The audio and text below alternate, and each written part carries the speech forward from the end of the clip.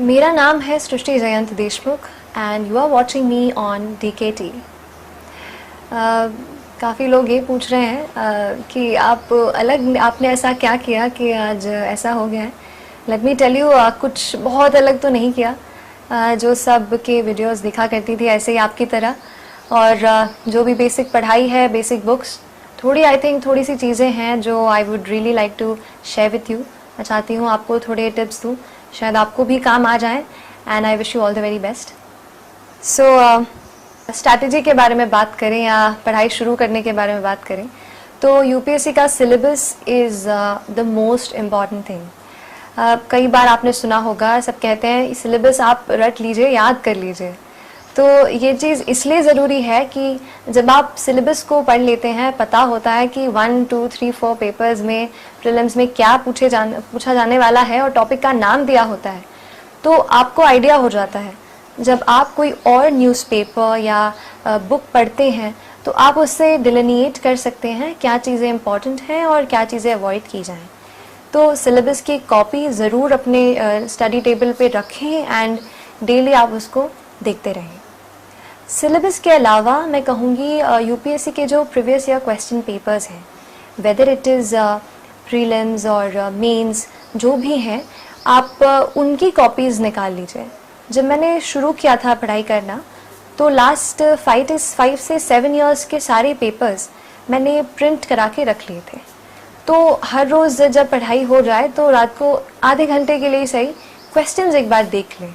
जब हम directly UPSC के क्वेश्चंस देखते हैं, उनका स्टैंडर्ड क्योंकि अलग ही होता है किसी भी टेस्ट सीरीज़ के अलावा, तो वो हमारे दिमाग में अगर चलते रहें तो वो बहुत ज़्यादा फ़ायदा करते हैं।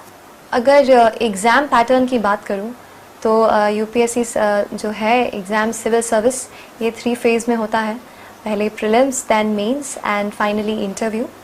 तो कई बार मतलब मेरी खुद के एक्सपीरियंस से कह रही हूँ कि इसको मैंने तीनों को अलग अलग तो नहीं सोचा, लेकिन एक इंटीग्रेटेड प्रिपरेशन की, क्योंकि बुक्स भी मेजरली सेम ही रहती हैं।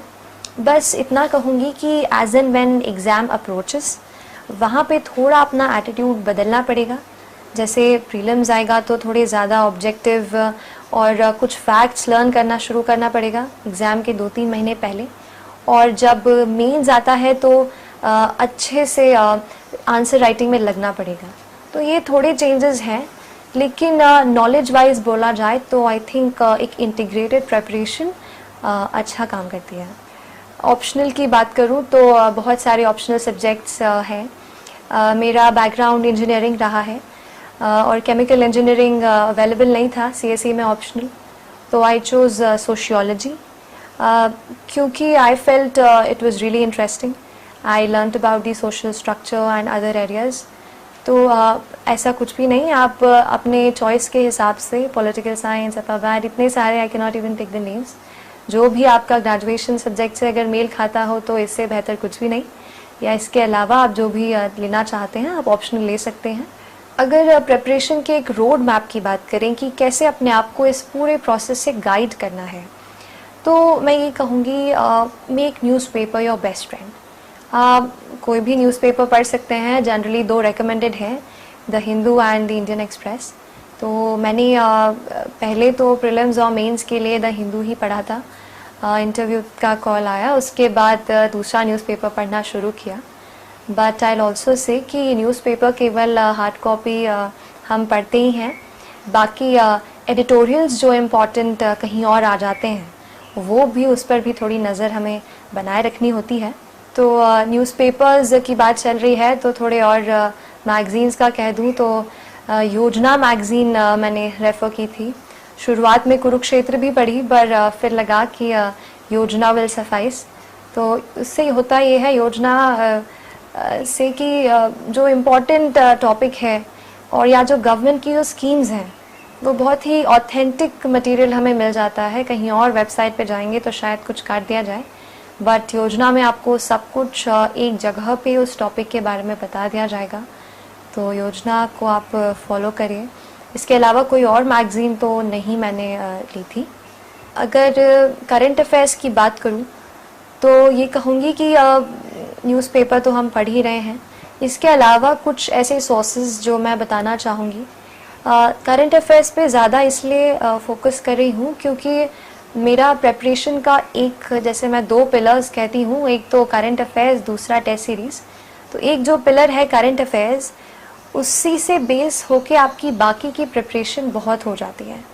जैसे मान लीजिए, I will give you an example, आपने हिंदू पेपर पढ़ा, कहीं आपको लगा कि this animal is being poached somewhere and the authorities have caught the poachers, so either you can make a note of it that animal poaching has happened, या तो आप इसको थोड़ा और नेक्स्ट लेवल पे ले जाएं एंड थोड़ा क्यूरियस हो, note down the name of the animal, what is the IUCN status of that animal, कौन से नेशनल पार्क में है और वो कौन सा स्टेट है जिसकी नेशनल पार्क की हम बात कर रहे हैं।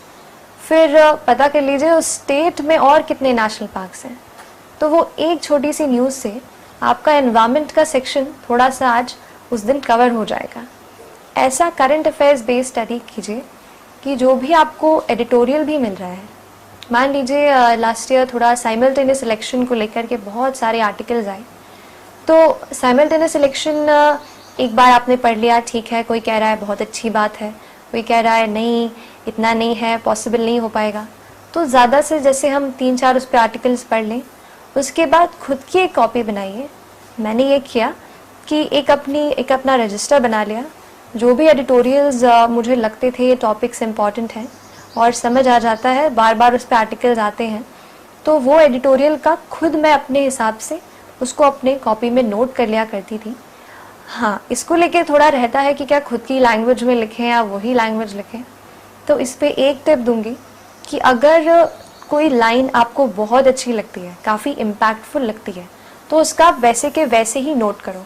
हमारा दिमाग ऐसा है, पढ़ते हम ये हैं, एग्जाम में लिख के कुछ और आते हैं। रिफाइंड रहती है लैंग्वेज, लेकिन वहाँ पे थोड़ी ख़राब हो जाती है। इसीलिए रिफाइंड चीज़ ही कॉपी में नोट करें, क्योंकि ये डेफिनेटली अगर आप उसको पढ़ेंगे, एग्जाम में लिखेंगे, तो थोड़ा बहुत चेंज आ ही जाएगा। आंसर राइटिंग की भी बात करूँगी, तब इसके बारे में थोड़ा और बताऊँगी। तो आई टॉक्ड अबाउट न्यूज़पेपर्स और ऑनलाइन। तो ऑनलाइन आती हूँ, थोड़ा सा PIB जो है उसका टच अच्छा है। PIB के ऑल सारे जो फीड हैं उसको सब्सक्राइब कर लीजिए, सारी मिनिस्ट्री की आपको नोटिफिकेशन मेल पे आती रहेंगी। ये एक बात है इसमें कि PIB में काफ़ी सारी न्यूज़ आती है, कुछ इम्पॉर्टेंट है, कुछ नहीं। अगर आपको स्टेटिस्टिक्स बताई जाएं, जैसे मान लीजिए आयुष्मान भारत स्कीम है, उसका बता रहे हैं कि इतने स्टेट्स ने ज्वाइन किया, ये सब, तो ये चीज़ें इम्पॉर्टेंट है। ये PIB आपको जल्द से जल्द और ऑथेंटिक मटेरियल देगा, लेकिन फ़िल्टर करने की भी ज़रूरत है। अगर कोई चीज़ आपको लगती है कि नहीं है, तो ये चीज़ जैसे मैं कह रही थी, सिलेबस और प्रीवियस ईयर पेपर्स ये आपको बताएंगे कि क्या आपको छोड़ना है, क्या नहीं। PIB के अलावा अगर ऑनलाइन सोर्स की बात करूं, तो Rajya Sabha TV comes as a very handy resource. Rajya Sabha TV का इसलिए नाम ले रही हूँ क्योंकि the big picture I have been, मतलब वो एक ऐसा था कि जो भी टॉपिक था, sir used to cover it really well. एक अनबायस्ड पर्सपेक्टिव मिल जाता है और दूसरे सोर्सेज के बजाय, और एक थोड़ा कॉम्प्रिहेंसिवली टच हो जाता है। वहाँ से RS TV से आप कोई टॉपिक पकड़ लें, मान लीजिए वो किसी के बारे में बात करें, फिर अगर आपको लगता है कि वो टॉपिक इम्पॉर्टेंट है, तो उसके बारे में आप और नेट पे पढ़ सकते हैं। UPSC के प्रीलिम्स के लास्ट ईयर के पेपर को देख के थोड़ा सा ये लगा कि डायनामिज्म ज़्यादा आ गया है, थोड़ा क्यूरियस होना पड़ेगा। तो कहीं जैसे इंडेक्स, जैसे लास्ट ईयर आया था कि रूल ऑफ लॉ इंडेक्स कहाँ पे किसका है, तो I could eliminate the rest of the options. भले ही मुझे वो उसका नहीं पता था, वर्ल्ड जस्टिस प्रोजेक्ट, लेकिन आई कुड एलिमिनेट। तो वो चीज़ पॉसिबल इसलिए हो पाई क्योंकि थोड़ा इंडेक्सेस का एक नोट बना के रख लिया था। जहाँ पे भी कोई इंडेक्स छपता था कि ये कहाँ इंडेक्स में इंडिया का इतना रैंकिंग है, उसको नोट कर लिया कॉपी में। तो even if you don't continuously revise, फिर भी आप नोट कर लेते हैं, एक बार देख लिया, नज़र से ऐसे डाल लिया, तो कहीं ना कहीं it will stick to your mind, और जहाँ उसकी ज़रूरत होती है वो आ जाता है दिमाग में। जैसा मैं आर्टिकल्स की बात कर रही थी न्यूज़पेपर्स में, तो केवल एक न्यूज़पेपर नहीं, मतलब एक न्यूज़पेपर तो पूरा पढ़ें, बट ये कहूँगी कि ऑनलाइन जैसे कुछ इम्पॉर्टेंट आर्टिकल्स बहुत सारी वेबसाइट्स हैं जो डेली बेसिस पे आपको देती हैं, वो आर्टिकल बस आपने पढ़ लिए तो थोड़ा आइडिया हो जाएगा। जैसे इस एग्ज़ाम के 2 स्टेप्स हैं। वन थिंग कि आप नॉलेज गेन करते हैं, सेकेंड थिंग आप लिखते हैं एग्ज़ाम में या पेपर अटेम्प्ट करते हैं, तो दोनों के लिए बराबर फोकस की ज़रूरत है। जैसा अभी बताया कि नॉलेज कैसे गेन करना है, लेकिन पेपर अटेम्प्ट करते वक्त या क्या क्या कुछ डिफरेंट कर सकते हैं उसके बारे में थोड़ा बताती हूँ। अगर जनरल स्टडीज़ की कुछ स्पेशल स्ट्रैटेजी की बात करूँ तो जैसा मैंने कहा करंट अफेयर्स रहा ज़्यादातर, पर कुछ पेपर्स जैसे हमारे हैं GS1 जहाँ पे हिस्ट्री है, ज्योग्राफी है, काफ़ी स्टैटिक सा पार्ट है, तो वहाँ पे तो बुक्स डेफिनेटली पढ़नी पड़ेंगी। और कुछ और जैसे पेपर 4 है एथिक्स, तो उसके लिए तो आपको डेफिनेशंस वगैरह करनी पड़ेंगी। I talk about that in detail now. GS1 से शुरू करते हैं।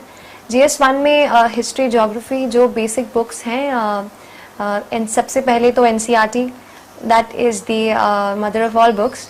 सो NCERTs पढ़े सारी। इनफैक्ट आई थिंक ज्योग्राफी के लिए तो NCERTs भी 6 से लेकर 12 पढ़ लेंगे, that will be enough. History के लिए भी NCERTs I will say, like modern India जैसे, उसके लिए आप थोड़ा रेफरेंस बुक्स जैसे स्पेक्ट्रम की जो किताब है वो रेफ़र कर सकते हैं। और इसके अलावा सोसाइटी का जो पोर्शन पूछा जाता है वो, क्योंकि मेरा सोशियोलॉजी ऑप्शनल था तो उससे काफ़ी हेल्प मिली, बट अदरवाइज़ आप न्यूज़पेपर से और नेट से उसको पढ़ सकते हैं। I will come to the other part जो वो है अर्बनाइजेशन और इंडस्ट्रियलाइजेशन से, अर्बनाइजेशन स्पेशली से रिलेटेड जो टॉपिक्स हैं, that too are very dynamic. तो स्कीम्स को ट्रैक करते रहिए, जो भी नई स्कीम्स आ रही हैं, जैसे स्मार्ट सिटी था तो उसके क्या क्या सेगमेंट्स हैं वो थोड़े पढ़ लिए थे मैंने, वैसे ही उसके अराउंड स्टडी। मतलब एक छोटा सा ये है कि एक टॉपिक पकड़े, उसको थोड़ा 360 साइड से कवर करके रख दीजिए। नोट्स पे आती हूँ तो मेरा ऐसा था कि खुद के नोट बनाना ज़्यादा मैं प्रेफर करती थी, and that too in a hard copy. I think it comes to different persons with different view. बहुत लोग डिजिटल भी रखते हैं, बट आई फेल्ट कि paper pen was the best. तो अपने खुद नोट्स बनाइए, उससे होता है आप खुद वो इन्फॉर्मेशन एक बार प्रोसेस कर लेते हैं दिमाग में, तो ज़्यादा ध्यान भी रहता है। और जब आप खुद की राइटिंग की चीज़ पढ़ते हैं तो मुझे ऐसा लगता है कि ज़्यादा अच्छे से समझ आता है। थोड़ा आंसर राइटिंग के बारे में बताना चाहूँगी। एक छोटा सा ऐसा पर्सपेक्टिव लेते हैं कि जब हम आंसर्स लिखते हैं वहाँ पे 50 पेजेस जो भी हमें मिलते हैं, तो वो हमारी एक स्क्रिप्ट, जो हमारे एग्जामिनर्स हैं उनके लिए तो बस एक स्क्रिप्ट होती है, एक शीट्स ऑफ पेपर होते हैं, बंडल, बट उनके लिए, बट हमारे लिए वही सब कुछ होता है जो हमारा उनके सामने